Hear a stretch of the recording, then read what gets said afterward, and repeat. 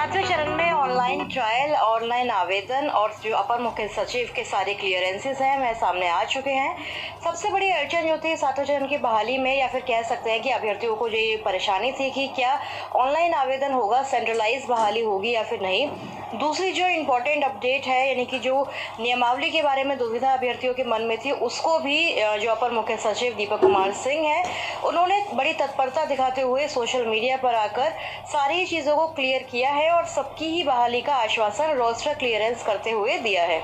तो सारी अपडेट्स आपको देंगे 7 फेज की, एक एक करके चलते हैं सारी अपडेट्स की तरफ। सबसे पहले आपको बता दें कि जो छठे चरण में माध्यमिक और उच्च माध्यमिक अभ्यर्थियों की जो काउंसलिंग है वह शुरू हो चुकी है। करीब 32,714 पदों के लिए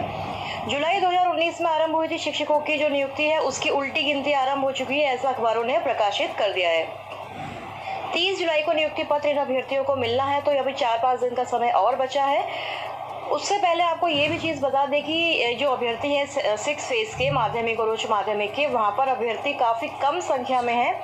देखिए एक और खबर जो आई है पटना से यहाँ पर प्रकाशित हुई है कि सीटें तो 900 है, प्रमाण पत्र जांच कराने के लिए यानी कि काउंसलिंग कराने के लिए केवल 200 अभ्यर्थी ही पहुँचे हैं। तो कहीं ना कहीं ये जो खबर है ये 7 फेज के जो सेकेंडरी सीनियर सही अच्छी है, क्योंकि अगर सीट्स खाली आती है 6 फेज से तो काफ़ी ज़्यादा फायदा 7वें चरण के अभ्यर्थियों को इससे होने वाला है। अब बात कर लेते हैं ऑनलाइन आवेदन की, ऑनलाइन प्रपत्र की, ऑनलाइन पोर्टल की, क्योंकि 7वें चरण की अधिसूचना तो आएगी अगस्त के महीने में, इसमें तो अब कोई संशय नहीं रह गया है। लेकिन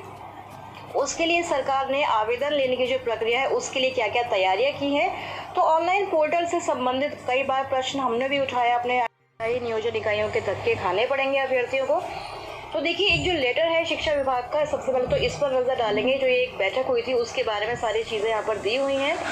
8 जुलाई 2022 को अपर मुख्य सचिव जो है शिक्षा विभाग के, उनकी अध्यक्षता में शिक्षा विभाग ने ये बैठक रखी थी, जिसमें देखिए विद्यालयों महाविद्यालयों के संबंधन सेवा नियुक्ति अनुमोदन कार्य हेतु ऑनलाइन पोर्टल विकसित किए जाने हेतु आहूत बैठक की कार्रवाई के संबंध में, यानी कि ऐसा नहीं है कि सरकार ऑनलाइन पोर्टल के लिए कार्यरत नहीं है। देखिए 8 जुलाई को ये जो बैठक है ऑनलाइन पोर्टल को विकसित करने के लिए हुई थी। पूरा लेटर आपके सामने है। देखिए यहाँ पर लिखा है कि जो तीनों प्रपत्र, अब ये तीनों प्रपत्र कौन कौन से हैं। देखिए पहले तो पोर्टल विकसित करने के लिए माध्यमिक शिक्षा निदेशक के अनुरोध के आलोक में विशेष निदेशक माध्यमिक शिक्षा, सचिव बिहार संस्कृत शिक्षा बोर्ड एवं सचिव बिहार राज्य मदरसा शिक्षा बोर्ड, यानी कि माध्यमिक शिक्षा वाले जो निदेशक हैं मनोज कुमार, उसके बाद संस्कृत शिक्षा बोर्ड के जो सचिव हैं और जो मदरसा शिक्षा बोर्ड के जो सचिव हैं, सबको एक एक जो प्रपत्र है उपलब्ध कराया गया है। लेकिन तीनों प्रपत्र अलग अलग हैं, अतः एक रूपता एवं प्रोसेस फ्लो तैयार करने हेतु उक्त प्रपत्र में संशोधन की आवश्यकता है। यानी कि जो तीनों बोर्ड है उनकी तरफ से अलग अलग जो है फॉर्मेट सजेस्ट किया गया है, लेकिन क्योंकि आवेदन करना है, अभ्यर्थियों की नियुक्ति भी होनी है, तो इसलिए एक ही तरह की एक रूपता लाने के लिए जो ये संशोधन है प्रपत्र में फॉर्मेट में किया जाना है, उसी को लेकर ये जो बैठक है रखी गई थी। पूरा यहाँ पर देखिए लिखा गया है, विषय बताया गया है। उसके बाद नोडल पदाधिकारी की नियुक्ति भी यहाँ पर की गई है, जिसमें प्राथमिक शिक्षा निदेशक से लेकर माध्यमिक शिक्षा निदेशक सभी को जो है नोडल पदाधिकारी बनाया गया है। तो यहाँ पर मतलब इस लेटर का कहने का मतलब यही है कि एक जो वेब पोर्टल बनाया जाएगा, वेबसाइट बनाई जाएगी, उसका ट्रायल और उसका डेमो कि क्या वह वेबसाइट सही तरीके से वर्क कर रही है, उसके लिए फॉर्मेट जो है रेडी किया जा रहा है। बिहार सरकार द्वारा निर्देश दिया गया है कि दिनांक 31 जुलाई 2022 तक NIC द्वारा प्रोसेस फ्लो निर्धारित कर डेमो कराया जाए, क्योंकि अगस्त के महीने में सरकार को बहाली की जो अधिसूचना है उसको निकालना है, तो इसलिए 31 जुलाई तक पूरा NIC द्वारा जो ये प्रोसेस फ्लो है, यानी कि जो वेबसाइट है उसका ट्रायल, उसका डेमो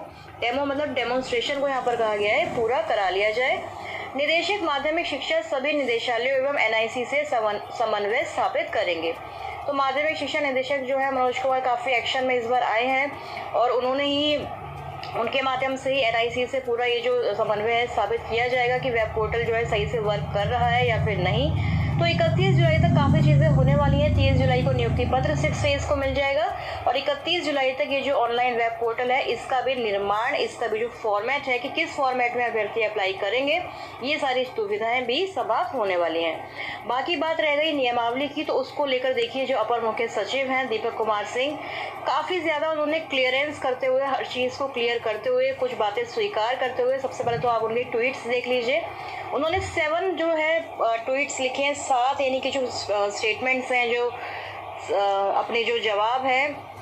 वो दिए हैं, देने की कोशिश की है। सबसे पहले उन्होंने लिखा है कि we can't reply to individual queries और मैसेजेस। ये तो आप लोग सभी जानते हैं कि आए दिन हम लोग जो है दीपक कुमार सिंह से प्रश्न कर रहे हैं कि कब आएगी अधिसूचना, माध्यमिक की कब आएगी, प्राथमिक की कब आएगी। तो उसको लेकर पहले तो उन्होंने ये चीज़ क्लियर की है कि हर किसी के इंडिविजुअली जो क्वेरीज है, मैसेजेस है, उनका रिप्लाई देना तो पॉसिबल नहीं है, इतनी भारी संख्या में अभ्यर्थी हैं।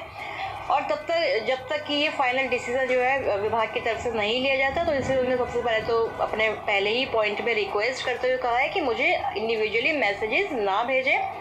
उसके बाद दूसरे पॉइंट में उन्होंने ये चीज़ क्लियर की है कि चाहे आप लोग यकीन करें या फिर ना करें, लेकिन ऑनरेबल मिनिस्टर यानी कि जो शिक्षा मंत्री हैं, मुख्यमंत्री हैं, उनकी लीडरशिप के तहत जो डिपार्टमेंट है, शिक्षा विभाग है, दिन रात लगा हुआ है सारे ही प्रोसेसेस को कंप्लीट कराने में, ताकि जो 7वें चरण की रिक्रूटमेंट है, जो प्रोसेस बहाली है, वह बिल्कुल पारदर्शी तरीके से हो, स्मूथ तरीके से हो और सारी जो अभ्यर्थियों की शिकायतें आई है 6ठे चरण से, वह सारी अब ना रहें। तो ये भी बहुत अच्छी चीज़ उन्होंने यहाँ पर क्लियर कर दी है।